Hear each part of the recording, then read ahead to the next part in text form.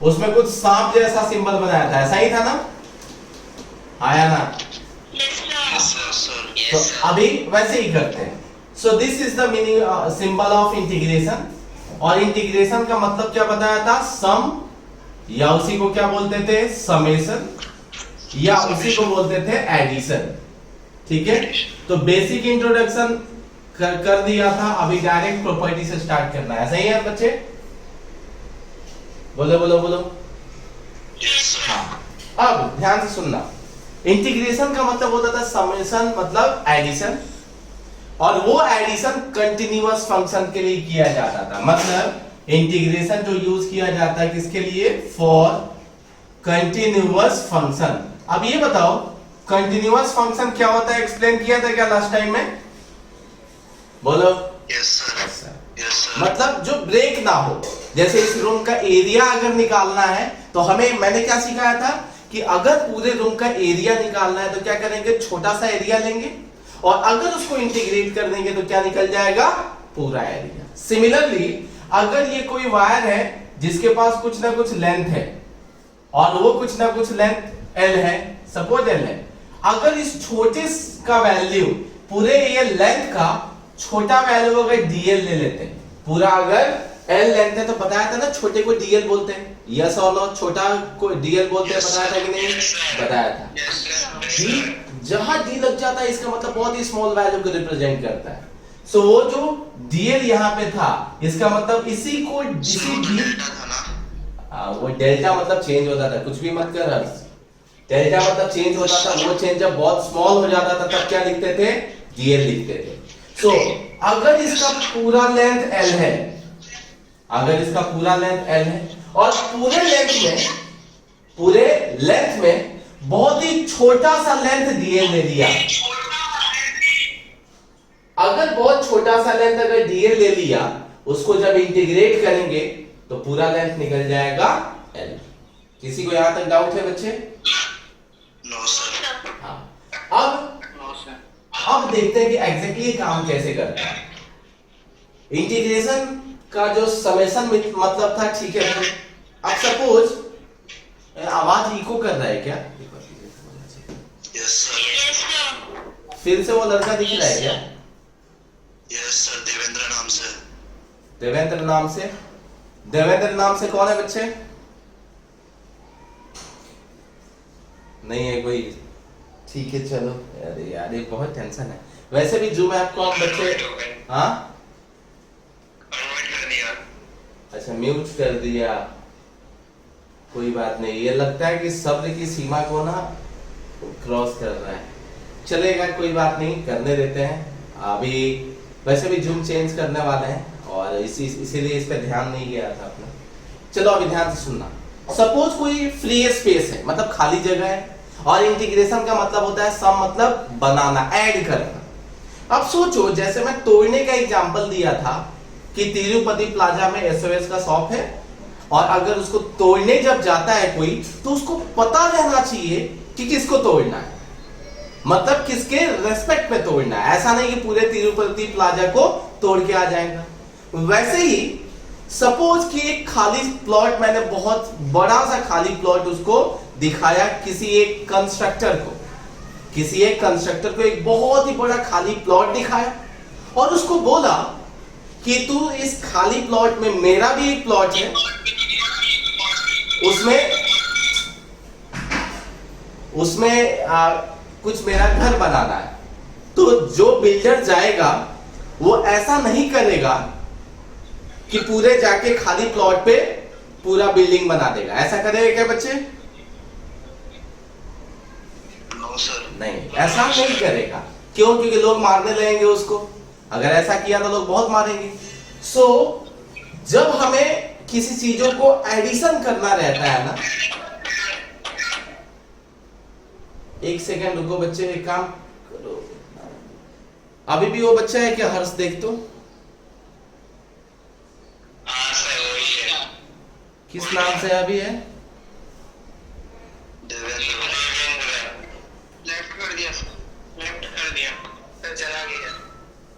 चला गया। ठीक है, ऑटो है क्या ये? ऑटो हटा दो एक बार, 1 सेकंड रुकना बच्चे। Yes sir.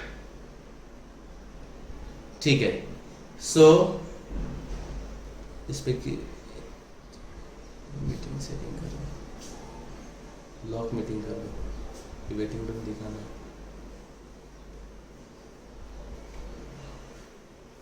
ठीक है चलो,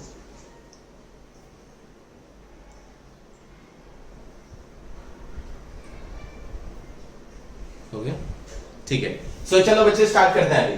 सो इंटीग्रेशन जब भी करना है तो हमें क्या करना होगा, हमें पता करना होगा कि एग्जैक्टली किसके टर्म में इंटीग्रेट करना है। क्या करना है, किसके टर्म में इंटीग्रेट करना है। तो बहुत सिंपल है, चलो this is the symbol of integration, this is the symbol of integration. जैसे d is the symbol of differentiation, वैसे ही ये सांप वाला सिंबल है ना, that is the symbol of integration. But हमें पता होना चाहिए कि किसके रेस्पेक्ट में इंटीग्रेट करना है। तो देखो ध्यान से, जब डिफरेंशिएशन लिखते थे तो d लिखते थे, जब डिफरेंशिएशन लिखते थे तो क्या लिखते थे, d, और उसके नीचे क्या होता था बच्चे, dx। तो dx क्या रिप्रेजेंट करता था, बताओ फटाफट, विथ रेस्पेक्ट टू x। मैंने बताया था कि ये dx ऊपर भी लिख सकते थे, कोई बड़ा लॉजिक नहीं था, लेकिन ये d इंटू dx ऊपर लिखते तो बहुत खराब दिखता है, इसीलिए dx कहां पे लिखा गया था, नीचे। तो सोचो अगर डिफरेंशिएशन वाले टर्म को किस रेस्पेक्ट में डिफरेंशिएट कर रहे हैं, वो अगर dx रिप्रेजेंट कर रहा है, अगर dx बता रहा है कि डिफरेंशिएट कर रहे हैं विथ रेस्पेक्ट टू x, तो क्या dx ही बताएगा कि इंटीग्रेट कर रहे हैं with respect to s? Yes और नो? सो अब ये हो गया, this is the symbol of integration, symbol of integration, and that indicates that integrate with respect to x। तो कैसे इसको रीड करेंगे, integrate, this is the symbol of integration, उसी को इंटीग्रेट भी लिख सकते हैं। इंटीग्रेट किसके रेस्पेक्ट में, so with respect to x। Question है इसको ऊपर क्यों लिखा, डिफरेंशिएशन में तो नीचे लिखा था, इंटीग्रेशन में क्यों ऊपर लिख रहे हो? तो अगेन कोई बड़ा लॉजिक नहीं है, वहां पे d एक ऊपर था तो d इंटू डी सबको d स्क्वायर लगेगा, इसीलिए dx किधर लिखा था, नीचे। और यहाँ पे क्या है, dx ऊपर इसलिए रखा है बिकॉज यहाँ पे नीचे रखने में बहुत गंदा दिखेगा, और पता होना चाहिए किसके रेस्पेक्ट में कर रहे हैं, इसीलिए लगाना भी जरूरी है। तो ऊपर में कोई भी d का टर्म नहीं है, इसीलिए dx किधर लिख दिया, ऊपर लिख दिया। यस और नो? जल्दी बोलो, आप इसको बोलो कैसे रीड करोगे, कैसे रीड करोगे इसको? Very good, integrate with respect to y। Similarly अगर ऐसा लिख दिया ना dt, इसका मतलब integrate with respect to t। हाँ, सबको ध्यान देना चाहिए, जब तक तुमको पता नहीं है किसके टर्म में इंटीग्रेट कर रहे हो, तब तक किसी चीज को इंटीग्रेट नहीं कर सकते हो। फॉर एग्जाम्पल किसी ने बोला साइन, साइन का डिफरेंशिएशन क्या होता है, तो आंसर है हमें पहले पूछना पड़ेगा, अगर लॉजिकली सोचे ना तो हमें पहले पूछना पड़ेगा किसके टर्म में। सपोज sin x का डिफरेंशिएशन किसी ने पूछा, तो sin x का डिफरेंशिएशन cos x होता है, कब, जब with respect to x differentiate करते हैं। वैसे ही जब इंटीग्रेट करते हैं ना, तो हमें पता चलना चाहिए किसके रेस्पेक्ट में इंटीग्रेट कर रहे हैं। ठीक है, बोलो बोलो। सो अब चेक करना है कि ठीक है भाई इंटीग्रेट तो करना है, अब इंटीग्रेट किसको करना है, तो किसी फंक्शन को करना है, चाहे ट्रिग्नोमेट्रिक फंक्शन हो, चाहे अलजेब्रिक हो, चाहे एक्सपोनेंशियल हो, कुछ भी हो, लेकिन कोई फंक्शन होगा उसी को इंटीग्रेट करना है। तो अब जब लिखेंगे, ये हो गया इंटीग्रेशन, और यही एक फंक्शन ले लिया f ऑफ x, और इनटू ये dx क्या रिप्रेजेंट कर रहा है, विद रिस्पेक्ट टू x। तो कैसे इसको रीड करेंगे बच्चे, बोलो तो, बोलो बोलो बोलो बोलो। Integrate x with respect to x। ना ना ना ना, integrate the value, integrate the value f of x। किसको इंटीग्रेट करना है, तो यहां दिख रहा है f ऑफ x को इंटीग्रेट करना है। वो f of x x square भी होता है, हो सकता है, वो f of x sin x भी हो सकता है, वो f of x log x भी हो सकता है, वो f of x e raised to power x भी हो सकता है। तो ये कुछ भी फंक्शन हो सकता है, बताया था ना कि 5 टाइप्स ऑफ फंक्शन है, वो 5 टाइप ऑफ फंक्शन में से कुछ भी हो सकता है, उसी को तुम इंटीग्रेट कर रहे हो किसके रेस्पेक्ट में, तो इसको लिखने का मतलब कि with respect to x। Yes और नो? बोलो। Yes, sir. सो हमें पता चला, बहुत देखो आराम आराम से पढ़ा रहा हूं क्योंकि मैथमेटिक्स है ना, कम डाइजेस्ट होता है। Integrate the value of F of X with respect to X. ये dx नहीं रहेगा तो हम इंटीग्रेट ही नहीं कर पाएंगे, हमें पता ही नहीं चलेगा किसके टर्म में इंटीग्रेट करना है, फिर क्या लोग पकड़ के मारेंगे। इसीलिए पता होना चाहिए किसके टर्म में हम इंटीग्रेट कर रहे हैं। नाउ रूल नंबर 1 बच्चे ध्यान से सुनना, integration of x raise to power n into dx। हम सबसे पहले अलजेब्रिक टर्म को लेके चलेंगे, जैसे differentiation x raise to power n का सीखा था, वैसे इंटीग्रेशन भी x raise to power n का सीखेंगे। सो कैसे रीड करेंगे, integrate the value x raise to power n। यही f ऑफ x के जगह मैंने क्या लिख दिया है, x raise to power n, किसके रेस्पेक्ट में, so with respect to x, with respect to x। तो सिंपल, वहां पे रूल क्या था बच्चे, पावर को नीचे रखते थे और पावर में एक कम करते थे। यहां पे क्या है कि पावर में एक ऐड कर दो। क्यों करते हैं, ये सब चीजें डिसाइड नहीं करना है, मैं तुमको सेट ऑफ रूल सिखा रहा हूं, प्रॉपर्टीज है, और मैथ्स में आप लोग पूछते रहना कि क्यों करते हैं। ये रूल है, ये अभी 1 + 1 2 क्यों होता है, ये रूल है, इसमें हम कुछ नहीं कर सकते कि 1 + 1 2 क्यों होता है। सो यहां पे x रेज़ टू पावर क्या करेंगे, सिंपल पावर में एक ऐड कर दो, जितना बचा उतने से डिवाइड कर दो। क्या किया पता चला बच्चे, आया ना, simple x raise to power n है, जो भी पावर में एक ऐड कर दो एंड जो भी नीचे बचता है उससे डिवाइड कर दो। एंड यहां पे एक एक्स्ट्रा टर्म लिखते हैं प्लस सी। अब ये प्लस सी का क्या इंपॉर्टेंस है ना, थोड़ी देर बाद सिखाता हूं, अभी पहले इसको नॉर्मल देखो कि x raise to power n का अगर फॉर्म रहे, अलजेब्रिक फंक्शन रहे, अलजेब्रिक टर्म रहे, तो पावर में एक ऐड कर दो और जितना बच जाता है उतने से डिवाइड कर दो। For example integration of x³ into dx। अब सुना एक चीज और, ऐसा मत सोचना कि ये x इसके साथ मल्टीप्लाई हो रहा है, ऐसा नहीं है, ये पूरा dx एक टर्म है जो कि ये बता रहा है कि जो भी हम फंक्शन का इंटीग्रेशन कर रहे हैं विद रिस्पेक्ट टू x कर रहे हैं, तो ऐसा नहीं सोचना कि ये x वाला x के साथ मल्टीप्लाई हो जाएगा, ठीक है। सो अभी इस एग्जांपल में क्या है, integrate the value x³ with respect to x। तो बोलो क्या वैल्यू लिखेंगे, जल्दी बोलो। X raised to power 4 divided by 4. Very good, plus सी।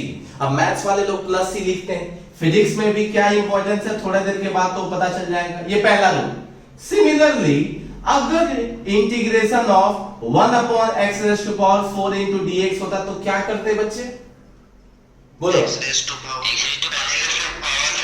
हाँ पहले, ठीक है, पहले इसको हम किधर लेके जाते, पहले इसको लेके जाते ऊपर, और ऊपर ले जाने के बाद इस फॉर्म में आता, फिर हम इंटीग्रेट करते। तो इसको लिख सकते हैं x raise to power -4 into dx। इसी को एक ऐड करोगे तो कितना बच जाएगा बच्चे, -3, तो divided by -3। Very good, perfect. Second rule, कोई भी कांस्टेंट टर्म, कोई भी कांस्टेंट टर्म, के क्या बताता है बच्चे, के कहीं पे भी कांस्टेंट ही होता है। अगर कोई भी कांस्टेंट टर्म या वैल्यू अगर किसी भी टर्म के साथ इंटीग्रेशन में मल्टीप्लाई रहे तो उसको बाहर फेंक दो। डिफरेंशिएशन में भी क्या करते थे, बाहर फेंक देते थे, इंटीग्रेशन में भी बाहर फेंक देंगे। तो बचेगा क्या, x raise to power n into dx। और इसको कैसे इंटीग्रेट करना ये तो हमें पता ही है, तो चलो इंटीग्रेट करते हैं। Example, integration of 3x² into dx, 3x² into dx। What is the constant term बच्चे, 3। नाउ इंटीग्रेशन ऑफ क्या बचा, x² dx। सो 3 रहने दिया, इसको इंटीग्रेट करो, चलो क्या होगा बच्चे, x³ by 3। Very good, plus c। तो ये 3 कैंसल, सो आंसर क्या हो गया, x³ प्लस c। गड़बड़ नहीं करोगे ना, यस और नो। चलो इसको लिख लिए सब लोग ना, साथ देखो, मैं बहुत स्लो लिख भी रहा हूं, पढ़ा भी रहा हूं, तो साथ साथ में लिखते जाओ, उससे क्या पता चलेगा कैसे हो रहा है। मैं रब करूं बच्चे, नो सर, तो स्क्रीनशॉट मारो। हाँ स्क्रीनशॉट ले लो, क्योंकि क्या लिखने का टाइम दूंगा ना तो बहुत सारा टाइम चला जाएगा, फिर हम बहुत कम पढ़ पाएंगे। और सुनो, इस वीक से जो है ना हम 2 क्लास करने वाले थे, बट सबको पता है कि थोड़ा ये शादी का मेरा शेड्यूल है इस वीक में, मतलब इस वीक में मतलब 30 तारीख को, तो थोड़ा सा शेड्यूल आगे पीछे हो रहा है। 30 के बाद हम देखते हैं, या उससे पहले भी अगर हो पाए तो अच्छी बात है, ठीक है। चलो रूल नंबर 3। रूल नंबर 3 क्या कहता है कि integration of dx, integration of dx x होता है। इंटीग्रेशन ऑफ dx क्या होता है? x होता है। प्लस ही तो ऐसे ही टाइम पास में लिखा है। इंटीग्रेशन ऑफ dx क्या होता है बच्चे? x। क्वेश्चन है कैसे भाई, कैसे मान ले इंटीग्रेशन ऑफ dx x होता है? तो चेक करो, इंटीग्रेशन ऑफ dx को क्या 1 into dx लिख सकते हैं बच्चे? देखो तो Yes, sir. किसी को प्रॉब्लम नहीं है, 1 कहीं भी मल्टीप्लाई कर दो, अच्छा फील कराता है। 1 को क्या x raised to power 0 लिख सकते हैं? Yes, sir. Yes, Yes, sir. क्योंकि हमें उसी फॉर्म में लाना है, x raised to power n के फॉर्म में। ना अब क्या किया, कैसे इसको इंटीग्रेट करते हैं? तो पावर में एक ऐड कर दो, तो 0 + 1 क्या हो गया? 1 एंड डिवाइडेड बाय 1, क्या x ही आया? आया ना? Yes, sir. तो अभी यहाँ फिट करना है, यहाँ एकदम फिट करना है। पहला, डिफरेंशिएशन किसी टर्म का 0 हो सकता है, इंटीग्रेशन कभी 0 हो ही नहीं सकता है भाई, क्योंकि इंटीग्रेशन तोड़ कहां रहे हो, इंटीग्रेशन जोड़ रहे हो, तो इंटीग्रेशन कभी भी किसी का भी 0 नहीं होता है। सो हुआ क्या कि dx है तो x, अगर इंटीग्रेशन ऑफ dy निकालना है तो सो dy का y। अब सुनना ध्यान से, Yes, sir. dy का y नहीं है, एग्जैक्टली 1 है यहाँ। 1 का with respect to y integration y हो रहा है, वो तो शॉर्टकट में बोलने के लिए मैं बोल दे रहा हूं इंटीग्रेशन ऑफ dy = y। तो एग्जैक्टली इंटीग्रेशन है dy का नहीं है, dy तो बता रहा है कि भाई विद रेस्पेक्ट टू y कर रहे हो, कुछ नहीं है, इसका मतलब 1 ले चुके हैं हम वहां, और उस 1 का जो इंटीग्रेशन है विद रेस्पेक्ट टू y क्या है? y। With respect to x क्या है? x है। अगर विद रेस्पेक्ट टू t रखते तो t होता, ठीक है। ये हो गया third rule. Now fourth rule लेते हैं। फोर्थ रूल लिया, integration of k into dx। What is k बच्चे? Constant. Constant. Simple, k into dx मतलब सिर्फ कांस्टेंट फंक्शन है, तो कोई बात नहीं भाई, कुछ नहीं कर सकते हैं। k को बाहर फेंक दो, इंटीग्रेशन में कौन सा 0 होता है? k को बाहर फेंक दो तो इंटीग्रेशन ऑफ क्या हो जाएगा? dx। तो आंसर क्या हो जाएगा? k into x। आया कि नहीं आया? मतलब इंटीग्रेशन में कोई वरी नहीं करना, कोई भी कांस्टेंट टर्म है सीधा सीधा क्या फेंको बाहर, जो बच जाता है उसको इंटीग्रेट करो, ठीक है बच्चे यहाँ तक? Yes, sir. अब एक और रूल सिखाता हूं कि अगर ये एक एग्जांपल देख लेते हैं, एक एग्जांपल लेंगे तो थोड़ा अच्छा फील होगा। इंटीग्रेशन ऑफ 5 into dx, बताओ क्या होगा? बोलो। 5x, सिंपल, 5 कांस्टेंट, अब बचेगा क्या? तो इंटीग्रेशन ऑफ dx, 5 तो दूसरा बाहर है, dx है एंड प्लस c। अब ये बड़ी बहुत बार ये प्लस सी लिख दिया, तो अच्छा एक काम करो, एक और प्रॉपर्टी देख लेते हैं, फिर c के बारे में थोड़ा बात करेंगे। ये एक और प्रॉपर्टी क्या है कि अगर u plus minus v plus minus w into dx रहे, मतलब u सिखाया था, u is the function of x, v is also function of x, w is also function of x। तो डिफरेंशिएशन में क्या किया था, जैसे ब्रैकेट खुला था ना तो d/dx सबसे मल्टीप्लाई हो गया था। अभी सेम जब ब्रैकेट खुलेगा तो ये सांप वाला सिंबल है ना, वो सबके साथ क्या हो जाएगा? मल्टीप्लाई हो जाएगा। तो integration of u dx, plus रहे तो प्लस, माइनस रहे तो minus v dx and plus minus w dx। किसी को डाउट है बच्चे? बोलो। No, sir. नाउ चलो अब इसको यूज कैसे करते हैं। ले लिया integration of 2x² plus of x minus 5 into dx, 2x² plus x minus 5 into dx। तो सबसे पहला काम क्या रहेगा बच्चे? ब्रैकेट खोल के सबको अंदर रखना। तो सबको इंटीग्रेशन में जैसे डालोगे तो क्या हो जाएगा? Integration of 2x² into dx, plus है तो लिख दिया प्लस, इंटीग्रेशन ऑफ यहाँ x into क्या लिखेंगे? dx, माइनस है तो माइनस, इंटीग्रेशन 5 into dx। चलो इसकी वैल्यू बताओ बच्चे, जल्दी जल्दी। 2x³ 3 क्वेश्चन है कैसे? तो 2 कांस्टेंट है, 2 को किधर फेंक दिया? बाहर।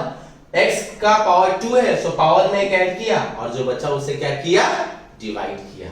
नाउ इसका बताओ जल्दी। एक्स स्क्वायर एक्स सिर्फ square x square. X square by 2 अरे भूल जा रहे हो तुम लोग। पावर में जो रहता है उससे क्या करते हैं, डिवाइड। तो पावर में x लिखा है, इसका मतलब पावर में 1 है। एक और ऐड कर दिया तो 2 हो गया। तो डिवाइड भी किससे किया, 2 से किया। नाउ इसका बोलो। -0 बक बक मार खाएगा।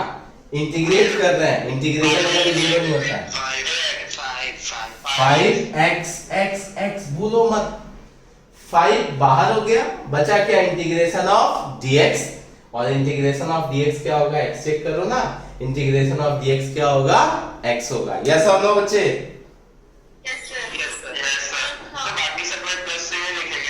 बाकी प्लस सी अभी लिख रहे हैं, मैं बता रहा हूं सी के बारे में अभी बात करेंगे।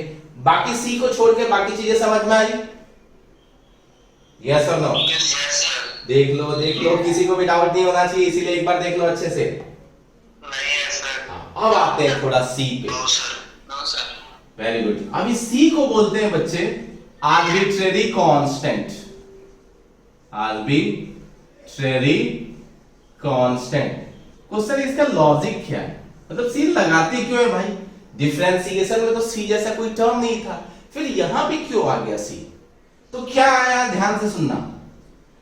d/dx ऑफ एक्स स्क्वायर कितना आएगा बच्चे, बोलो तो जल्दी। 2x। वैसे मत, शांत हो जाओ, ठीक है। d/dx ऑफ एक्स स्क्वायर क्या हो जाएगा, 2x। कैसे लिखा पता चला? आया ना? पावर को नीचे रखा, पावर में कम किया। देखो डिफरेंशिएशन में पावर को नीचे रखते हैं एंड फिर पावर में कम करते हैं। इंटीग्रेशन में पावर में एक बढ़ा देते हैं और जितना बचता है उससे डिवाइड कर देते हैं। अभी प्रैक्टिस हो जाएगा, दोनों एक साथ आएगा, प्रैक्टिस हो जाएगा। सो d/dx ऑफ एक्स स्क्वायर कितना आया, 2x। अब जैसा कि मैंने बताया था कि प्लस का उल्टा माइनस बनाया गया, मल्टीप्लाई का जस्ट उल्टा डिवाइड बनाया गया, डिवीजन बनाया गया। स्क्वायर का जस्ट उल्टा क्या बनाया गया, स्क्वायर रूट बनाया गया। वैसे ही डिफरेंशिएशन का जस्ट उल्टा बनाया गया, क्या, इंटीग्रेशन। तो अगर एक्स स्क्वायर का डिफरेंशिएशन 2x है तो क्या 2x का इंटीग्रेशन एक्स स्क्वायर आना चाहिए, यस और नो? अरे बिल्कुल आना चाहिए, तभी तो अपोजिट हो पाएगा। अगर x स्क्वायर का डिफरेंशिएशन 2x है, इसका मतलब 2x को इंटीग्रेट करने के बाद वापस से क्या आना चाहिए, सेम वैल्यू आना चाहिए। करके देखते हैं। 2x को इंटीग्रेट किया विथ रिस्पेक्ट टू x, फिर से बोलना मत, ये dx रिप्रेजेंट कर रहा है विथ रिस्पेक्ट टू x। वो dx यहां नीचे था, अब यहां ऊपर है, ठीक है। तो 2 कांस्टेंट है बाहर, पावर में क्या किया, 1 है, एक ऐड किया तो पावर में 2 डिवाइडेड बाय 2, 2 कैंसल, कितना वैल्यू आया, एक्स स्क्वायर। क्या सच में पता चला कि डिफरेंशिएशन का एग्जैक्टली उल्टा इंटीग्रेशन है? आया ना? मतलब सब कुछ कि नहीं ऐसा बताया गया था और ये सही हुआ। एक और एग्जांपल लेते हैं, इसी का दूसरा पार्ट था, अब एक और एग्जांपल लेते हैं। डिफरेंशिएशन ऑफ मतलब d/dx of x square minus of 4, इसका डिफरेंशिएशन बताओ बच्चे जल्दी। 2x।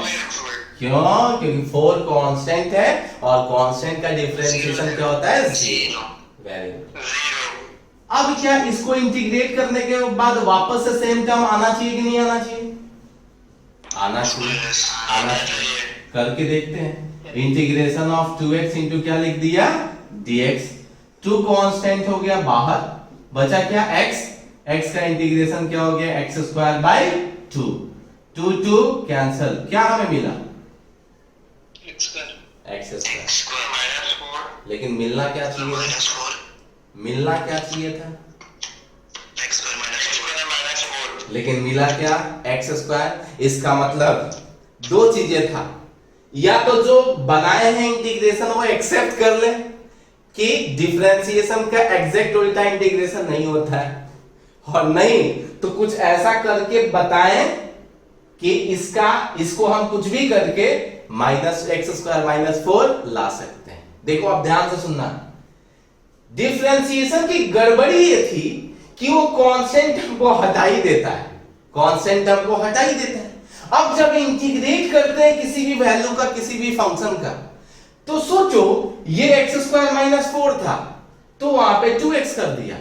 अब जब हमें 2x किसी ने दिया, किसी ने हमें बोला कि 2x का इंटीग्रेशन करो, तो हमें क्या पता कि पहले से वहां x² था कि x² - 4 था। हमें तो लगेगा कि वो 2x है, उसको इंटीग्रेट किया तो क्या हो गया x², लेकिन ऐसा गलत है। ये 2x कब आया था? जब हम x² - 4 को डिफरेंशिएट किए थे। इट मींस डिफरेंशिएशन जो होता है वो कांस्टेंट टर्म को हटा ही देता है, और इंटीग्रेशन में इतना पावर नहीं है कि उसने पूरा हटा दिया और वो पकड़ के ला पाए उसको। इसीलिए उस चीजों को वैलिडेट करने के लिए यहां पे c ऐड करते हैं, यहां पे भी उस चीजों को वैलिडेट करने के लिए c ऐड करते हैं। अब होता क्या है कि इस पर्टिकुलर ये के लिए बताओ c की वैल्यू कितनी है, जल्दी बोलो। 0, क्योंकि कुछ है ही नहीं भाई यहां पे, तो यहां पे c की वैल्यू क्या हो गई 0, और यहां पे c की वैल्यू कितनी है -4। तो होता ये है कि अगर c नहीं लिखा तो क्या ये इंटीग्रेशन और डिफरेंशिएशन एक दूसरे के पूरक है, मतलब अपोजिट है? क्या हम ऐसा बोल सकते हैं बिना c लिखे? नहीं बोल सकते। अब क्वेश्चन ये -4 कैसे आएगा? तो जब क्वेश्चन दिया जाता है ना इंटीग्रेशन का, खास करके मैथमेटिक्स में, तो क्वेश्चन में कुछ ऐसा कंडीशन गिवन होता है कि with the help of that condition, जो भी दिया रहेगा उसके हेल्प से इस c की तुम वैल्यू फाइंड आउट कर सकते हो, और उस c की वैल्यू पर्टिकुलर इस केस के लिए -4 आ जाती है, और उस केस के लिए 0 आ जाती है। क्या बोला, पता चला? यस और नो? हम बिना c लिखे ऐसा बोल ही नहीं सकते कि इंटीग्रेशन और डिफरेंशिएशन एक दूसरे के अपोजिट है। क्यों? क्योंकि वो अगर डायरेक्ट सिर्फ x² लिख दिया तो टोटली रॉन्ग हो गया। फिर हम कैसे बोल सकते हैं कि डिफरेंशिएशन का उल्टा इंटीग्रेशन है? हम वापस से इसको इंटीग्रेट करके देखें, सेम टर्म नहीं आया। तो इसी टर्म को वापस लाने के लिए हम यहां पे एक एक्स्ट्रा टर्म ऐड किए, और वो कांस्टेंट टर्म ही रहा होगा। क्यों? क्योंकि कांस्टेंट टर्म का ही डिफरेंशिएशन 0 होता है, इसका मतलब वो गायब हुआ होगा। तो यहां पे कांस्टेंट टर्म ही हमें चाहिए, और उसी का नाम रख दिया c। c is called arbitrary constant. इस c की वैल्यू 0 भी हो सकती है और 0 नहीं भी हो सकती है। इस टाइप के क्वेश्चंस में इस c की वैल्यू 0 होती है, और इस टाइप के a में c की वैल्यू 0 नहीं होती है। अब जितने मैथमेटिक्स वाले हैं, जब इंटीग्रेशन उनको सिखाया जाएगा, शायद 12th में आएगा, 11th में नहीं आता है, तो इस c की जो वैल्यू है वो क्वेश्चन में कंडीशंस गिवन होता है। by that condition, by that given condition, you can find the value of c, and that is equal to -4 for this particular question. आया कि नहीं आया बच्चे? आया ना? जल्दी बोलो। हाँ, आप सुनो, जब फिजिक्स में लिखते हैं तब इस c की जरूरत नहीं होती। ध्यान से सुनना, जब फिजिक्स की बात करते हैं ना, जब हम वापस कैसे आ गया सभी चीजें? तो रजत के नाम से आया। ये बहुत परेशान कर रहा है भाई। अभी भी रजत करके है क्या? अभी तो नहीं, भाग गया। परमिशन दे कौन रहा है, मुझे नहीं समझ में आ रहा। पढ़ा तो मैं रहा हूँ। चलो कोई बात नहीं, अभी आता है तो देखते हैं। चलो, ये बहुत गुस्सा दिला रहा है, तो इधर आते हैं। अब हुआ ये कि C की इंपॉर्टेंस फिजिक्स में for neat and for JEE या फॉर बोर्ड नहीं होता है। मतलब फिजिक्स में अगर ये C नहीं लिखते हो कहीं पे भी तो चल जाता है, एक्सेप्ट सर्टेन क्वेश्चन। जैसे एडवांस लेवल पे जब हम फिजिक्स सीखते हैं ना, तब उस C को लिखना पड़ता है। क्यों? क्योंकि उस टाइम में इस टाइप की कोई फंक्शन दी रहती है जहां पे हमें C की वैल्यू निकालनी पड़ती है। लेकिन जब बोर्ड का कोई भी टॉपिक करोगे, या नीट लेवल का करोगे, या JEE लेवल का करोगे, JEE में कभी अगर किस्मत खराब रही तो ऐसे क्वेश्चन आते हैं जहां सी लिखने की जरूरत होती है और उस सी की वैल्यू बाय गिवन कंडीशन, जो भी कंडीशन गिवन रहेगा उसके थ्रू हम निकाल पाते हैं। अदरवाइज फिजिक्स में सी लिखने की जरूरत नहीं होती है, लेकिन वही जब मैथमेटिक्स में करोगे तो सी नहीं लिखोगे तो पूरा का पूरा कट कर देंगे। क्यों? क्योंकि वहां पे ऐसे क्वेश्चन जनरेट होते हैं, हर एक एक्सरसाइज में जनरेट होते हैं, इसीलिए वहां पे सी लिखना पड़ता है। तो सी क्यों लिखा वो पता चला? सी क्यों लिखे बच्चे पता चला? Yes sir. किसी को डाउट? सी क्यों लिखा?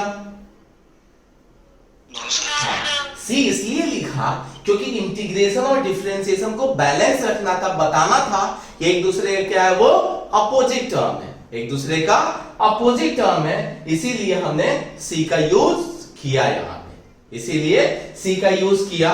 और वो सी की वैल्यू 0 हो भी सकती है, वो 0 नहीं भी हो सकती है। तो जब भी मैं क्वेश्चन कराऊंगा इंटीग्रेशन का तो अब तुम लोगों को सी लिखने की जरूरत नहीं पड़ेगी, मतलब मैं सी का यूज जनरली यहां पे नहीं करूंगा। अगर कहीं क्वेश्चन फ्यूचर में जब आएगा तो जहां पे आएगा वहां पे मैं बता दूंगा, वहां पे कंडीशन जब गिवन रहेगा तो हमें खुद ही पता चल जाता है कि वहां पे सी का यूज है। बट नीट वालों को पूरे लाइफ में नहीं आएगा, बोर्ड के अकॉर्डिंग जितने पढ़ाई कर रहे हैं उनको भी नहीं आएगा। जेडब्ल्यू पे रेयर केस में जब क्वेश्चन काफी कॉम्प्लिकेटेड बनता है और वो क्वेश्चन किसी भी टॉपिक का हो सकता है, वो इलेक्ट्रोस्टैटिक, मैकेनिक्स, कुछ भी टॉपिक से हो सकता है, तब उसमें सी की जरूरत होती है। पक्का हुआ समझ में?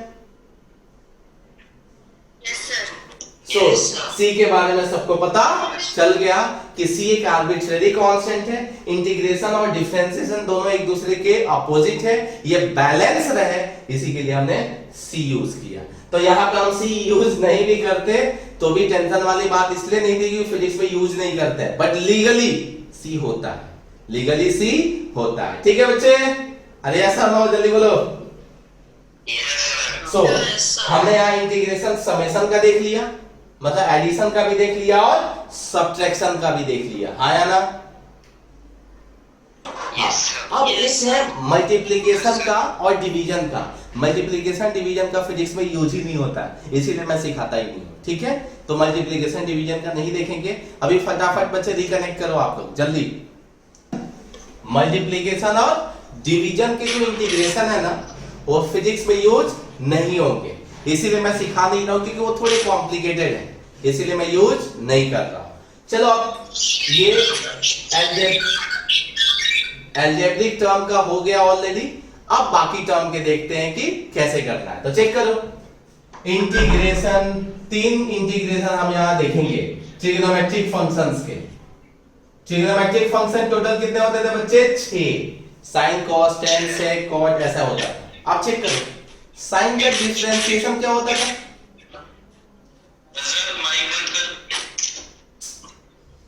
साइन का डिफरेंशिएशन क्या होता था? cos x। पक्का ना? Yes cos। Yes sir. तो ये बताओ cos x का इंटीग्रेशन क्या हो जाएगा? sin x। यस और नो? c में लिख दे रहा हूं, हमें फ्यूचर में c लिखने की जरूरत नहीं पड़ेगी फिजिक्स में। cos अगर sin x का डिफरेंशिएशन cos x था तो cos x का इंटीग्रेशन क्या हो जाएगा? sin x। सेम उल्टा होता है। अब सोचो cos x का डिफरेंशिएशन क्या होता था? Minus sin x। तो माइनस साइन x का इंटीग्रेशन क्या हो जाएगा? cos x। यस और नो? हाँ। अब ये माइनस ना, हाँ बोलो। sin x हुआ तो अच्छा सुन, तो वही बात है, गुड खत्म नहीं करने देता है। सो sin x का cos x का डिफरेंशिएशन था माइनस sin x, तो माइनस sin x का इंटीग्रेशन कितना आया? cos x। अब ये माइनस साइन अच्छा नहीं दिख रहा है तो इस माइनस को उधर कर दो, क्या फर्क पड़ता है? बताओ sin x का इंटीग्रेशन क्या हो जाएगा? Minus cos x। आया कि नहीं आया? Yes sir. सिंपल था? हाँ, तो वैसे ही याद रखना, उसमें जिसका माइनस होता है इसमें प्लस होता है, ठीक है? याद रहेगा? Yes sir. अब यस सर। tan x का डिफरेंशिएशन क्या होता है? tan x का था sec स्क्वायर x, तो sec स्क्वायर x का इंटीग्रेशन क्या हो जाएगा बच्चे? tan x। पक्का समझ में आया? आया ना? अरे बोलो, अरे बोलो, आया कि नहीं आया? आया होगा ऐसा मान लेते हैं। ये तो जो था ना, इसके बाकी के जो टर्म है बच्चे, उनका हमारे फिजिक्स में यूज नहीं होगा, किसी भी पे नहीं होगा, इसीलिए मैं कर नहीं रहा हूं। ट्रिग्नोमेट्रिक फंक्शन, ये 3 टर्म का ही देखा जिसका हमने डिफरेंशिएशन देखा था। नाउ अब देखते हैं, बताओ log x का जो डिफरेंशिएशन था कितना था बच्चे? बोलो बोलो, log x का डिफरेंशिएशन क्या था? 1 by x। तो 1 by x का इंटीग्रेशन क्या हो जाएगा बच्चे? log x। सिंपल। किसी ने पूछा नहीं कि भाई ये तो एल्जेब्रिक फंक्शन दिख रहा है। अब जब एल्जेब्रिक फंक्शन दिखा तो हमें पता है algebraic function x raise to power n के फॉर्म में पावर में ऐड कर दो, पावर से डिवाइड कर दो। तो अगर इसको ऊपर लेके जाएंगे तो क्या हो जाएगा? x रेज़ टू पावर -1 हो जाएगा। तो हम इसको इंटीग्रेट नहीं कर सकते बच्चे, यस और नो? कितना आएगा? x raise to power 0/0। तो बताओ ये अनडिफाइंड हुआ कि नहीं हुआ? क्या इसको डिफाइन कर सकते हैं? नहीं कर सकते हैं, ठीक है। तो उसी को डिफाइन करने के लिए पर्टिकुलर वैल्यू पे हमने उसके जगह क्या रख दिया? log x। सच में आया कि नहीं आया? यहां फिट करना है, 1 by x का इंटीग्रेशन log x होता है। 1 by x no doubt algebraic value है, बट स्टिल उसका इंटीग्रेशन कितना होता है? log x। Then log x का इंटीग्रेशन क्या होता है? लिख देता हूं बट यूज नहीं होगा। log x का इंटीग्रेशन हमारे फिजिक्स में यूज नहीं होगा, मैथ्स में तो भर भर के आता है। इसका होता है x log x minus x। ये कुछ एक इंटीग्रेशन बाय पार्ट लेके यूज करते हैं, हमें यूज नहीं है, बस लिख दिए। तुमको याद रखना है 1 by x का integration log x। Now e raise to power x का इंटीग्रेशन डिफरेंशिएशन सेम होता था ना, तो इंटीग्रेशन भी क्या हो जाएगा बच्चे? सेम हो जाएगा। किसी को कोई डाउट आया? No sir. ऑलमोस्ट हो गए। ट्रिग्नोमेट्रिक में जनरली यही दो यूज होता है, साइन और कॉस का। किस्मत खराब रही तो सेक स्क्वायर का भी यूज कर लेते हैं। 1 by x का बहुत रेयरली यूज होता है। नहीं 1 by x का बहुत सारा यूज होता है, बोर्ड लेवल पे भी और कॉम्पिटिटिव लेवल पे भी। 1 by x का इंटीग्रेशन log x ये फिट करना है। Then e raise to power x का e raise to power x ही होता है। ये दोनों टर्म, ये तो बिल्कुल फिजिक्स में यूज नहीं होगा, ये कभी कभार हो सकता है। यहां तक किसी को कोई प्रॉब्लम नहीं है, संभाल लिया जाए। अब कुछ क्वेश्चन आप लोग करो, जल्दी से एकदम कॉपी पेन निकाल लो एक्टिव मोड में और खुद से करके बताओ जल्दी। 3x² minus of 2x plus of 5 into dx। जल्दी आंसर बताया जाए, जल्दी जल्दी। x³ minus x² plus 5x। हो सकता है, सही है, सही है। Yes sir. पक्का? 3x³ upon 3 minus 2x square upon 2 plus 5x। तो ये बताओ 2 कैंसिल हो सकता है? हाँ कि ना? सर 3 भी कैंसिल होगा, 2 भी कैंसिल होगा। हाँ सही है। सो सिंपल, 3 बार x² का x³ by 3, 2 बार x का x² by 2, 5 बार dx। सो 2 से 2, 3 से 3 कैंसिल, क्या हो गया? x³ minus x² plus of 5x। कोई अगर बोले कि c क्यों नहीं लिखा है तो बोलना देखो हमें अच्छा नहीं लगा, हम फिजिक्स पढ़ रहे हैं इसीलिए फिजिक्स में c की वैल्यू हम 0 लेके चल रहे हैं। ऐसे क्वेश्चन जनरेट नहीं होते इसलिए c नहीं लिखा है, अदरवाइज लीगली c लिखने की जरूरत होती है। ठीक है बच्चे? हाँ नेक्स्ट इंटीग्रेशन आप जल्दी करो फटाफट कर रहा हूं। 5x³ minus of 3 by 2x plus sin x into dx। बताया जाए कितना आएगा जल्दी? 5x upon 4 minus 3 by 2 3 by 4 x। हट तो 3 by 2 log x 3 by 2 log minus cos x x minus cos x। minus cos x। Very good, तुम लोग को आ रहा है।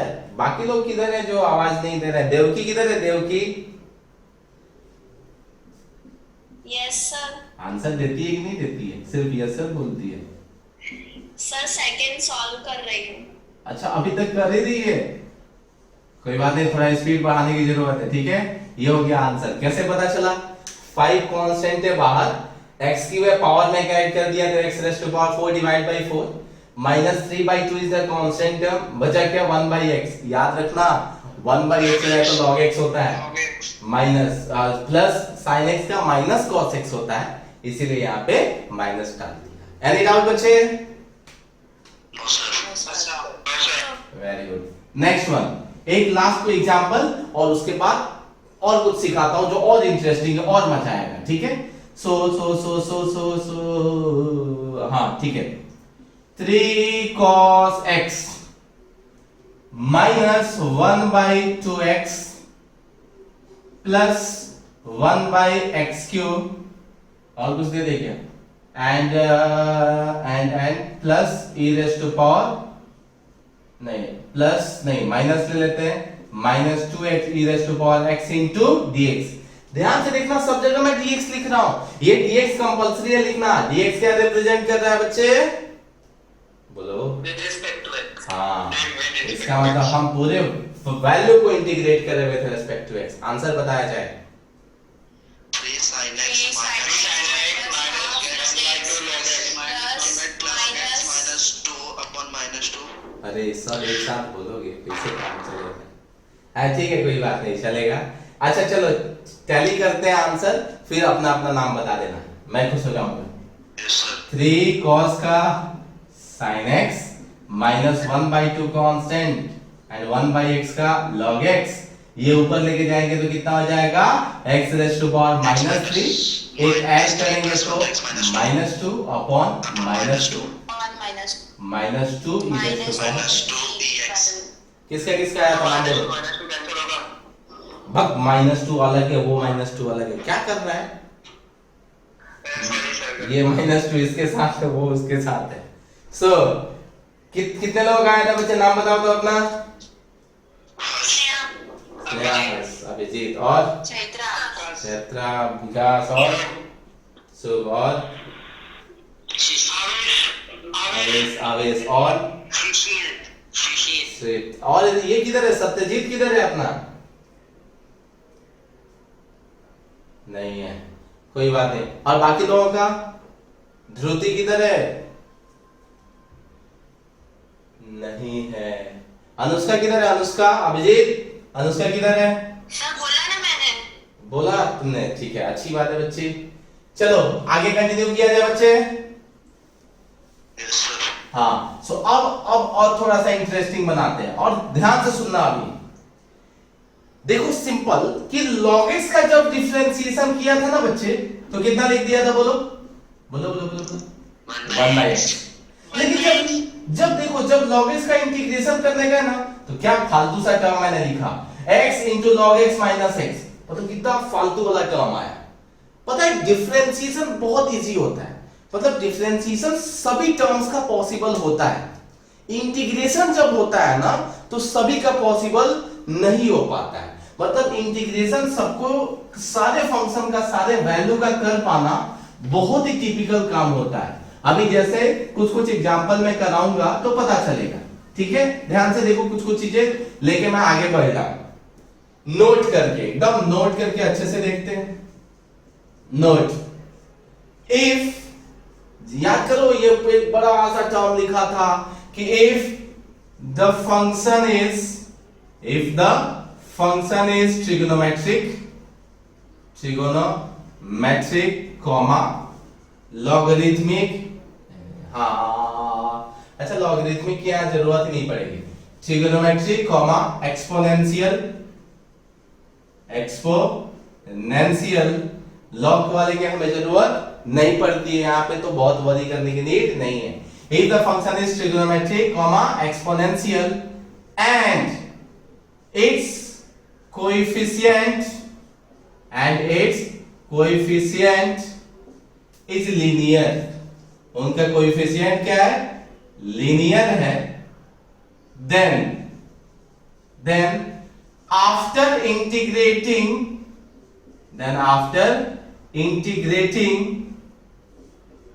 the function, comma, divide the whole term by the constant value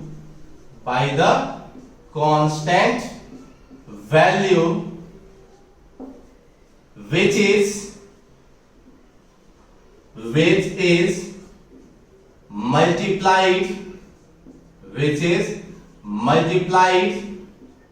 in x और y और z, मतलब जिसका भी टर्म है x y z कोई भी टर्म है, इसका मतलब क्या है ध्यान से सुनना। इंटीग्रेशन ऑफ sin x क्या था बच्चे, बोलना एक बार फटाफट जल्दी। Minus cos x। अब देखो इंटीग्रेशन करना है जिसका, वो क्या ट्रिग्नोमेट्रिक फंक्शन है? आंसर है हाँ, ट्रिग्नोमेट्रिक फंक्शन। तो साइन का डिफरेंशिएशन हमें पता है माइनस कॉस, अंदर में कुछ नहीं करना है, छोड़ दो। साइन का डिफरेंशिएशन क्या है, साइन का इंटीग्रेशन क्या है, माइनस कॉस। अब देखा अंदर में ये लीनियर है कि क्वाड्रेटिक है, देखो तो बच्चे लीनियर है। यहाँ पे चेन रूल जैसा कोई रूल नहीं होता है, अंदर में जो वैल्यू है वो कैसा है, फंक्शन है लीनियर। तो किससे यहाँ पे डिफरेंशिएशन में किससे मल्टीप्लाई करते थे बताओ तो जल्दी से बोलो। डिफरेंशिएशन में जब साइन इसका डिफरेंशिएट करते थे तो अंदर वाले टर्म में किस कांस्टेंट टर्म से मल्टीप्लाई करते थे? तो आंसर है 2 से, इस पर्टिकुलर क्वेश्चन के लिए 2 से। सेम उसी कांस्टेंट टर्म से यहां पे डिवाइड कर देंगे। याद रख पाओगे या नहीं रख पाओगे? अब देखो ये बोर्ड लेवल पे भी ऐसा नहीं यूज नहीं होता है, होता है उस टाइम में जिसको पता नहीं होता है ना, ये क्वेश्चन में अचानक से आता है, टीचर लोग बोल देते हैं ऐसा होता है। अरे पहले ये रूल है, ध्यान से सुनो। जब अगर फंक्शन ट्रिग्नोमेट्रिक या एक्सपोनेंशियल रहे और उसका कोएफिशिएंट लीनियर रहे तो इंटीग्रेट करने के बाद जो भी उसका कांस्टेंट टर्म आइदर x का फंक्शन है तो x होगा, y का फंक्शन है तो y का टर्म रहेगा 2y हो सकता था, z का टर्म रहे तो 2z हो सकता था। तो उसके जो भी कोएफिशिएंट जो भी कांस्टेंट टर्म है इंटीग्रेशन में डिवाइड करते हैं और डिफरेंशिएशन में मल्टीप्लाई करते हैं। याद रहेगा बच्चे? यस और no? Yes, sir. Now integration of cos minus of 5 and plus of 3y into dy, बताओ वैल्यू क्या है जल्दी।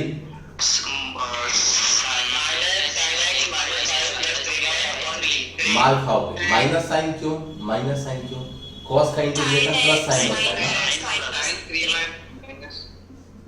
अरे एक बोलो भाई, साइन इधर -5 + 3, भाई इसको तो कुछ कर ही नहीं सकते। बताओ किससे डिवाइड करें?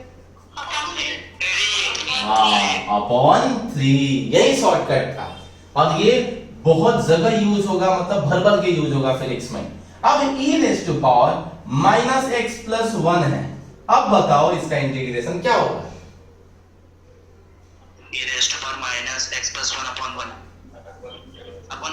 अपॉन -1, माइनस क्यों?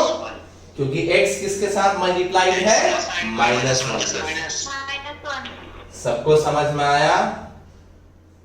Yes, sir. अब सुनो, अगर यहाँ लीनियर के जगह क्वाड्रेटिक हो जाता तब तो इंटीग्रेट नहीं कर सकते थे।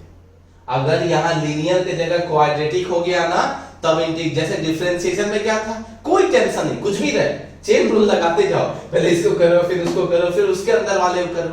इंटीग्रेशन में ऐसा नहीं है। इंटीग्रेशन में एकदम क्लियरली यहाँ पे जो टर्म होना चाहिए वो लीनियर ही होना चाहिए। कैसा होना चाहिए बच्चे? लीनियर होना चाहिए। सब पक्का समझ में आया?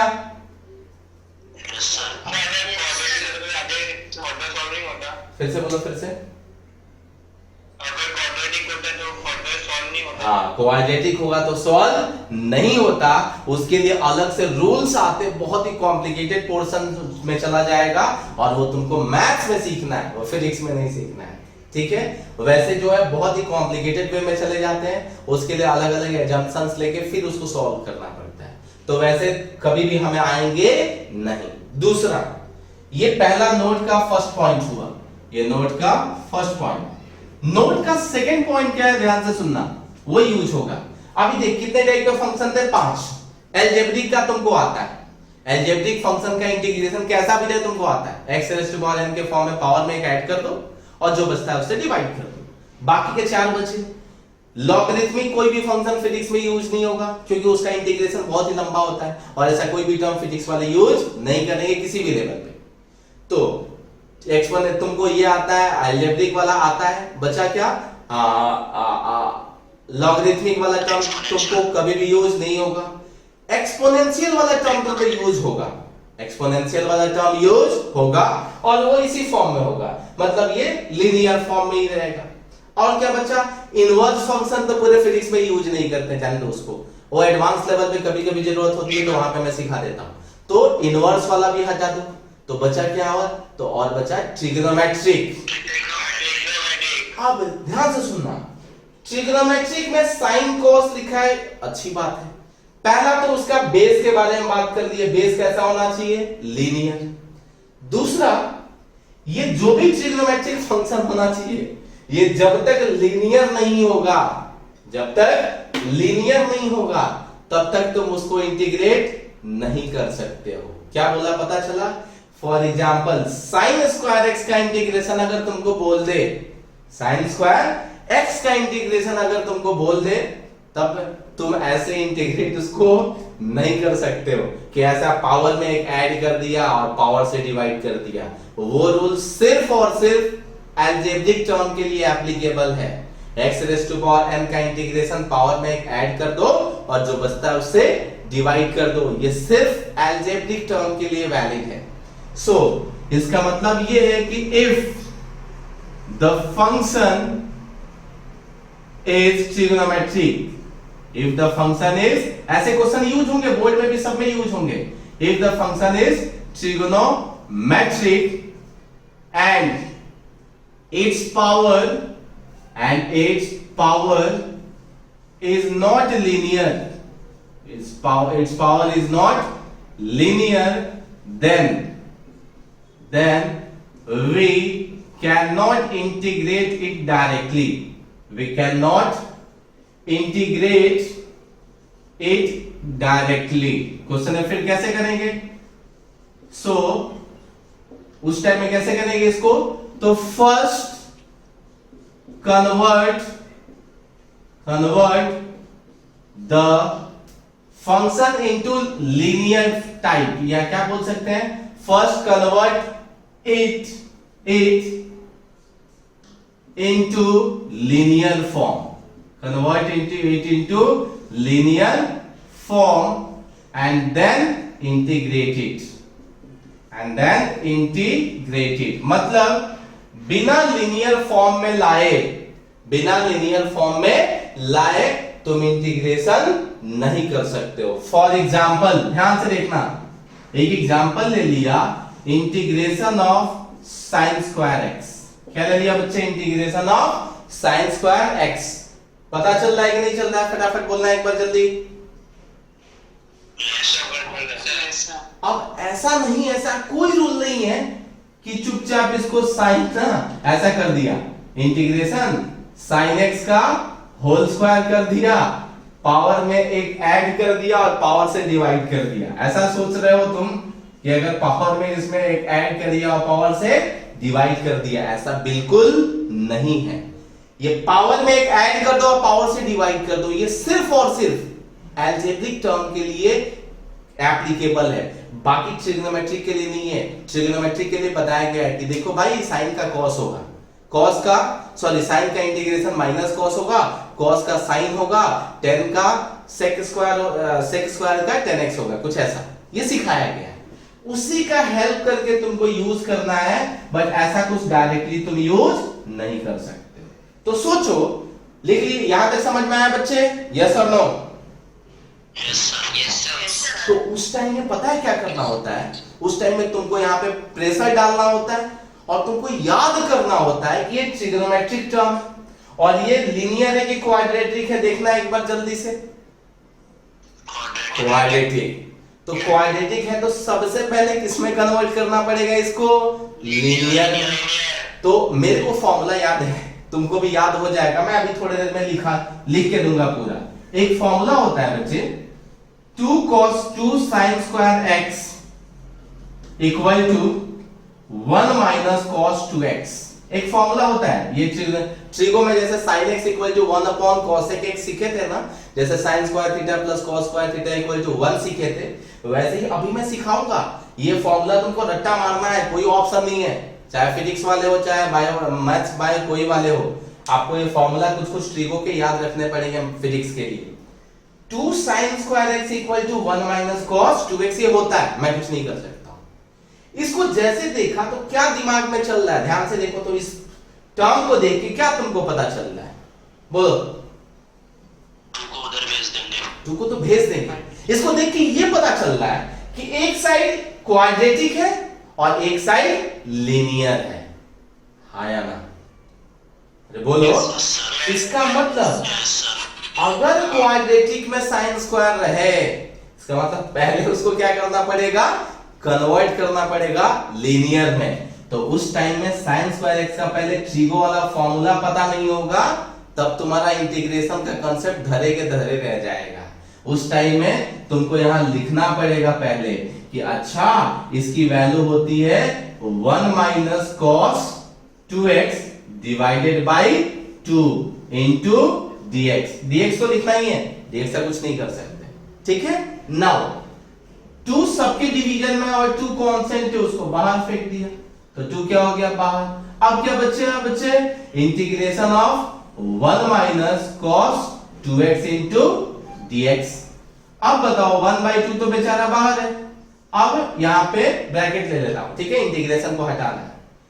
1 इंटू dx का इंटीग्रेशन कितना? जल्दी बोलो। 1 into dx x, very good, x minus की जगह माइनस। cos 2x का इंटीग्रेशन बताओ। sin 2x। क्या डिवाइड करने की जरूरत है?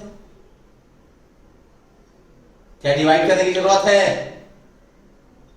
आंसर है हाँ, डिवाइडेड बाई 2। क्या कर रहे हो? यहाँ पे cos, यहाँ पे x जो है वो लीनियर टर्म है ना, x के जगह x है कि 2x है, वहां पे 2x है ना, तो देखो यहाँ पे ये टर्म क्या है? अगर वहां पे sin 2x है, इसका मतलब x के साथ में x अकेला नहीं है, अगर वो किसी कांस्टेंट के टर्म के साथ है तो उससे क्या करना पड़ेगा? डिवाइड। तो देखो यहाँ पे उससे डिवाइड भी किया, तो देखो आंसर x sin का पावर 3/3 आया, कुछ और आया? बोलो। जो पहले कुछ एक मेथड मैंने बोला ना कि तुम लोगों को लगता है ये पावर में एक ऐड कर दो, पावर से डिवाइड कर दो, वैसा कुछ आंसर आया कि पूरा का पूरा अलग आया? तो ये यूज होंगे, आपको डरना नहीं है बच्चे, अगर प्रॉब्लम है तो बोलो, मैं फिर से सिखाऊंगा, लेकिन ये फिजिक्स में यूज होगा। अगर यूज नहीं होता इसका मतलब टीचर बेवकूफ बना रहा है, कोई भी टीचर हो। ये 100% बोर्ड के भी क्वेश्चंस में यूज होता है, 11th में भी और 12th में भी, और वो आपको आना चाहिए।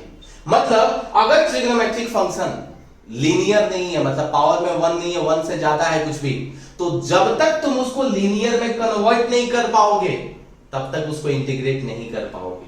हमने देखो जैसे कन्वर्ट किया उसके बाद तो सिंपल रूल लगाया, 1 इंटू dx का x और cos का sin x, और वो तो ठीक है भाई, x के जगह 2x था तो डिवाइड बाई 2 किया।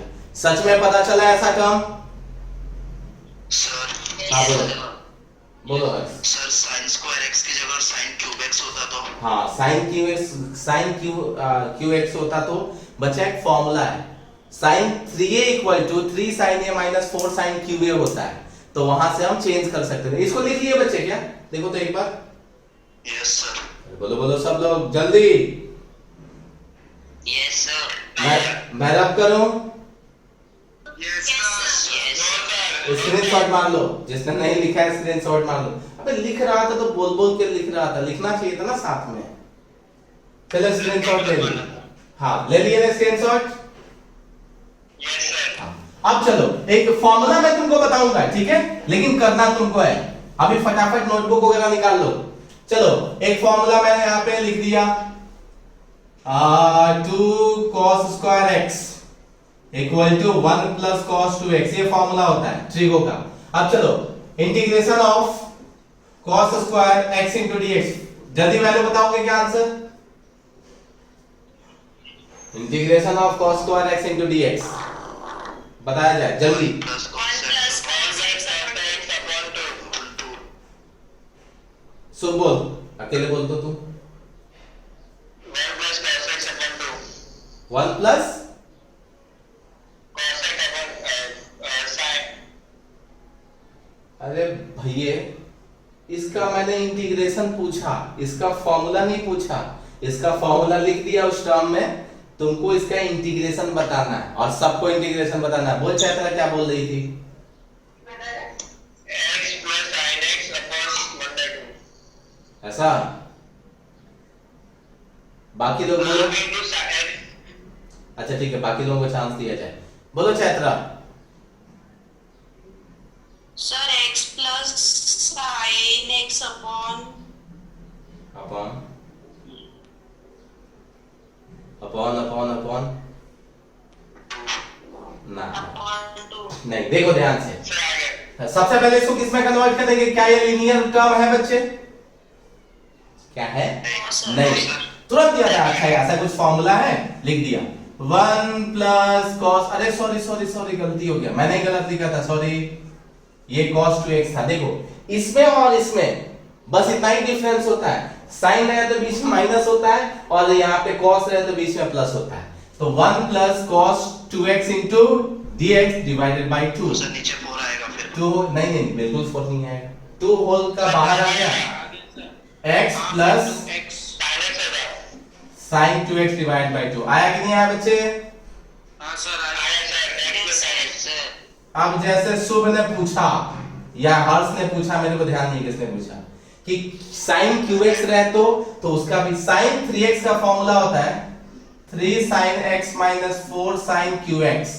ये फॉर्मूला का सीट मैं दूंगा तुमको, तुम याद नहीं करना बच्चे। फॉर्मूला जो रहेगा ना तुम रखना एक जगह लिख के, क्वेश्चन में जब यूज होते जाएगा तब तुम सीख जाओगे। अभी तुमको सिर्फ ये मैं बता रहा हूं कि यूज कैसे करते हैं।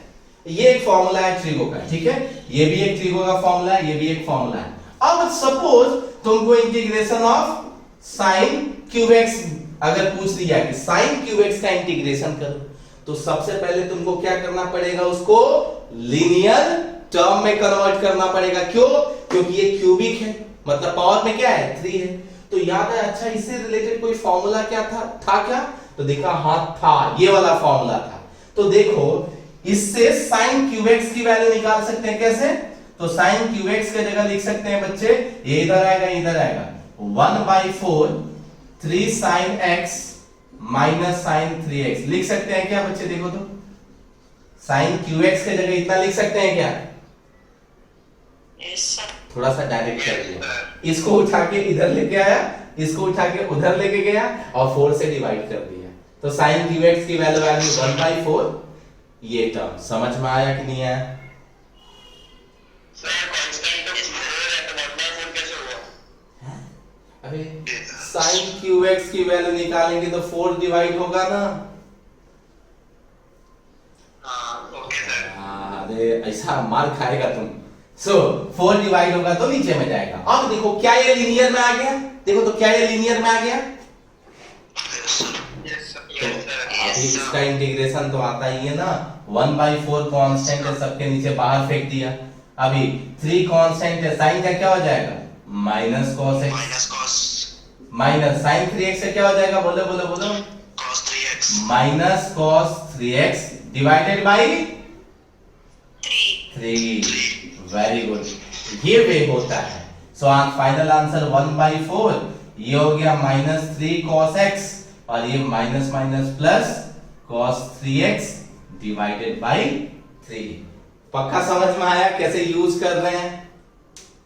Yes sir. सो ये दूसरा वाला रूल का मतलब यही था कि अगर ट्रिग्नोमेट्रिक रहे और अगर पावर में 1 नहीं है तो तुम कुछ नहीं कर सकते हो जब तक तुम लीनियर में कन्वर्ट नहीं कर देते हो, तब तक तुम उसको इंटीग्रेट नहीं कर सकते हो।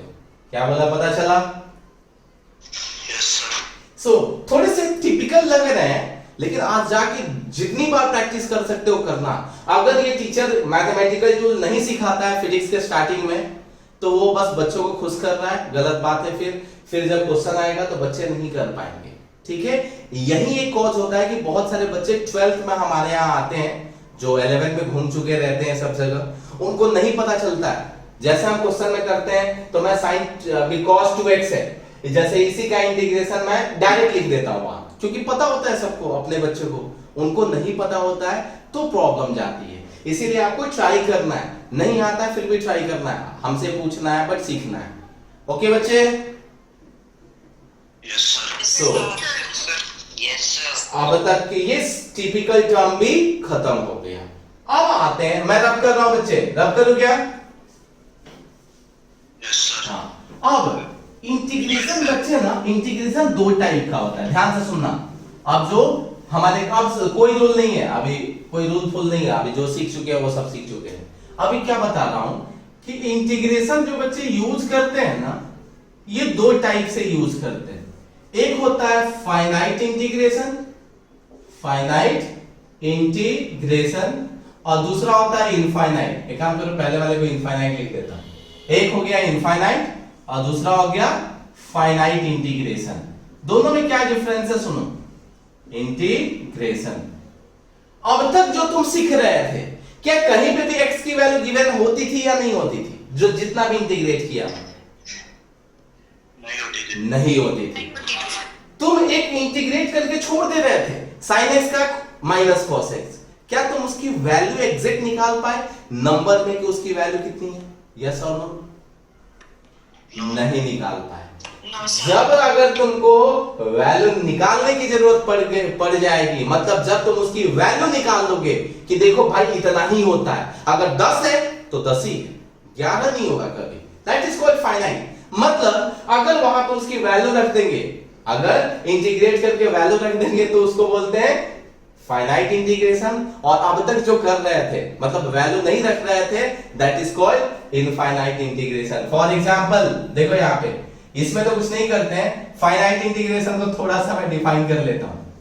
फाइनाइट, फिर दोनों में रिलेशन बताता हूं। फाइनाइट इंटीग्रेशन, फाइनाइट इंटीग्रेशन बहुत ही सिंपल सा रूल है, integration of f of x into dx, नहीं x raised to power n ले लेते हैं, integration x raised to power n into dx। बताओ इंटीग्रेशन जल्दी बोलो। x raised to power n plus 1 very good, ये हो गया फाइनाइट इंटीग्रेशन। कहीं हमने वैल्यू फाइंड किया क्या? नहीं, x की वैल्यू कुछ भी हो सकती है, x की वैल्यू अलग अलग रखो, वैल्यू भी अलग अलग आएगी। फाइनाइट इंटीग्रेशन में क्या होता है, यहां पे दो लिमिट हो जाता है। नीचे वाला होता है, सपोज कुछ भी ले लेते हैं, क्या ले लेते हैं, नीचे वाला a ले लेते हैं, ऊपर वाला b ले लेते हैं। नीचे वाले को बोलते हैं बच्चे लोअर लिमिट, ये a जो है इसको बोलते हैं लोअर लिमिट क्योंकि नीचे साइड है, और इस b, ये b देखो ऊपर साइड है तो इसको बोलते हैं अपर लिमिट, इस b को बोलते हैं अपर लिमिट। क्या किया पता चला, यहां पे नीचे वाले को लोअर लिमिट, ऊपर वाले का अपर लिमिट नाम दे दिया। अगर a और b की वैल्यू बता दी गई, इसका मतलब ये हो गया फाइनाइट इंटीग्रेशन। बस इतना ही डिफरेंस है, इंटीग्रेशन तो तुमको करना ही है।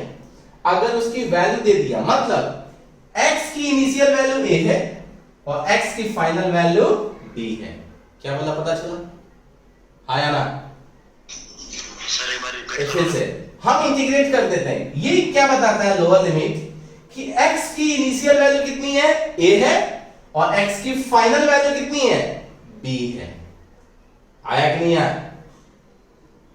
Yes sir. हाँ, अब क्या करते हैं, जब इंटीग्रेट कर देते हैं ना, तो ये a और ये b यहां पे लिखा हुआ है, मतलब वही वैसे ही लिख दो। इंटीग्रेशन तो जो सीखे हो वही है, उसमें तो कुछ करना ही नहीं है।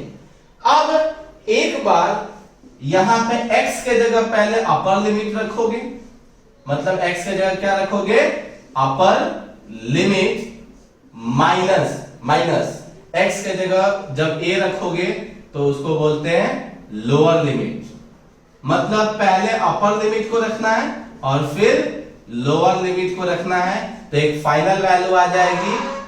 इसको कैसे लिख सकते हैं, देखो अपर लिमिट मतलब x के जगह तो क्या रखना है b, तो b का power n+1 upon n+1 minus x के जगह जब लोअर लिमिट a रखोगे तो a⁻n+1 अपॉन n+1। मतलब क्या करना है, देखो इंटीग्रेट करने के बाद x के जगह एक बार अपर वाला मतलब ऊपर वाला वैल्यू रख दो और माइनस एक बार छोटा वाला वैल्यू रख दो, मतलब नीचे वाला वैल्यू रख दो। आया कि नहीं आया?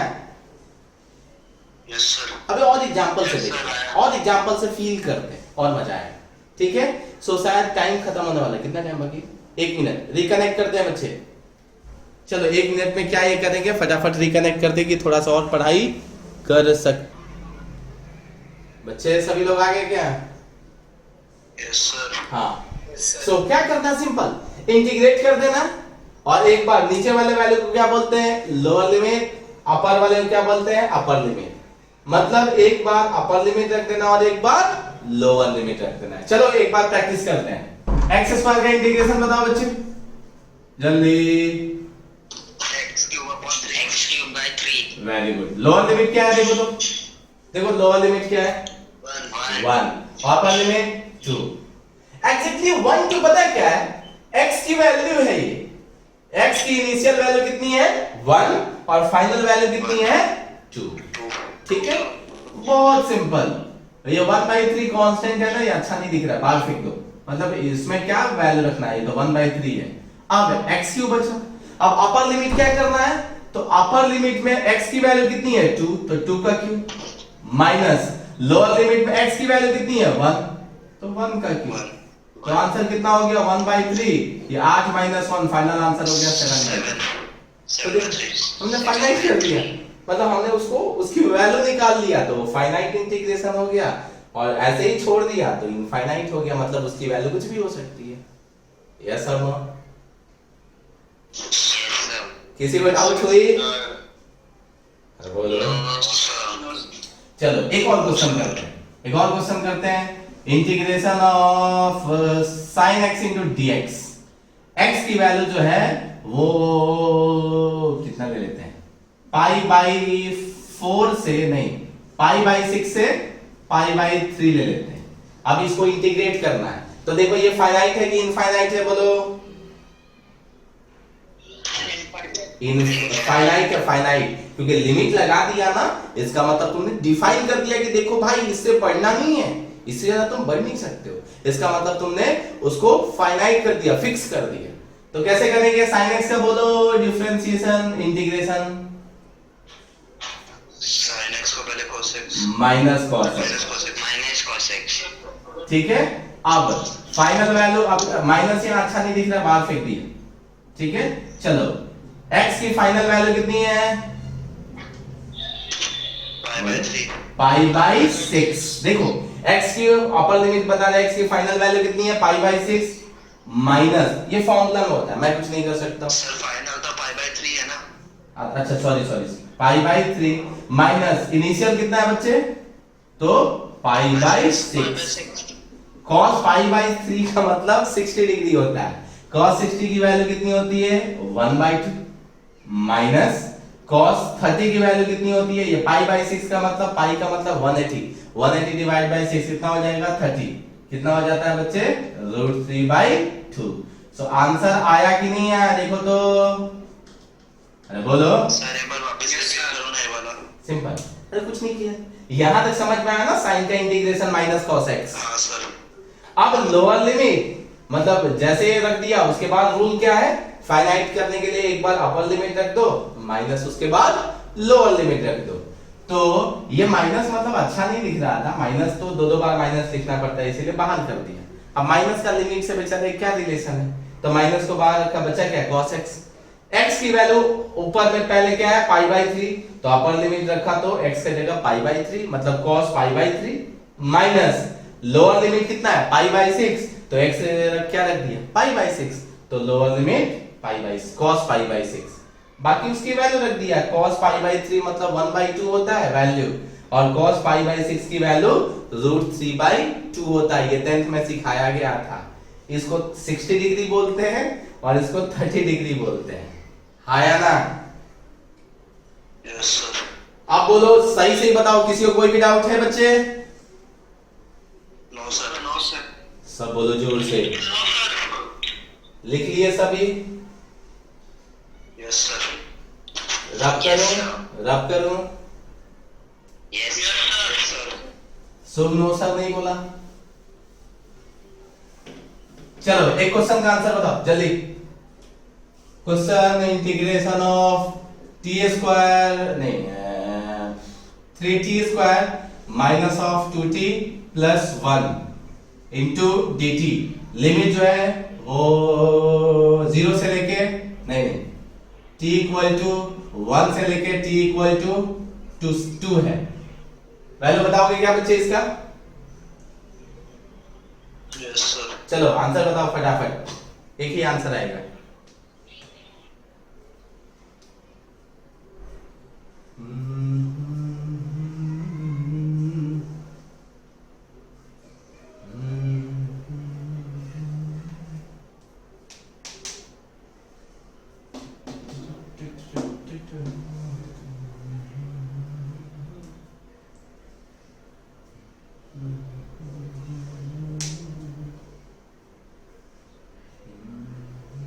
Sir 4।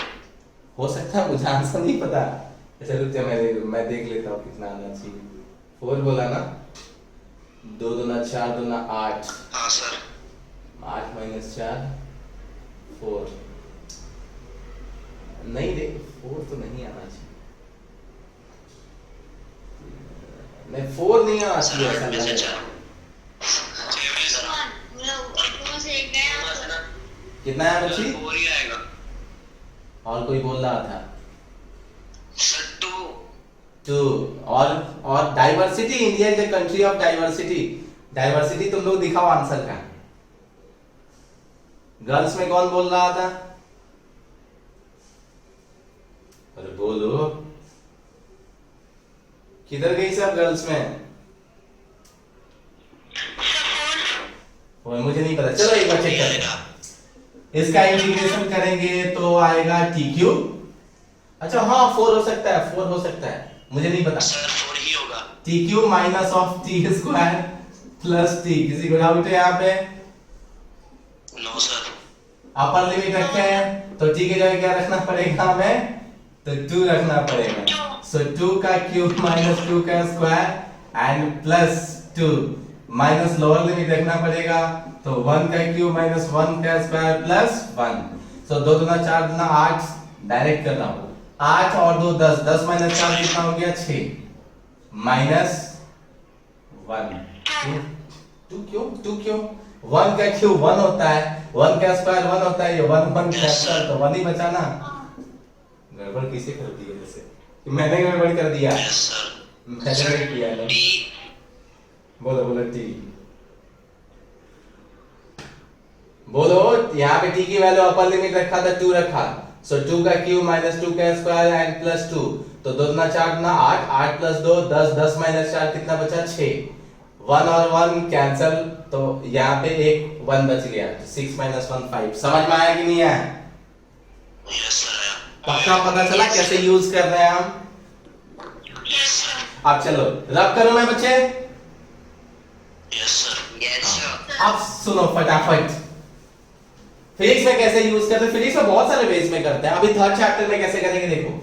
v equal to dx upon dt लिखते थे क्या? जल्दी जल्दी बोलो। अरे बोलो। यस। अरे डिस्टेंस अपॉन टाइम होता था, इसे करोगे। छोटा डिस्टेंस तो छोटा टाइम। आया ना?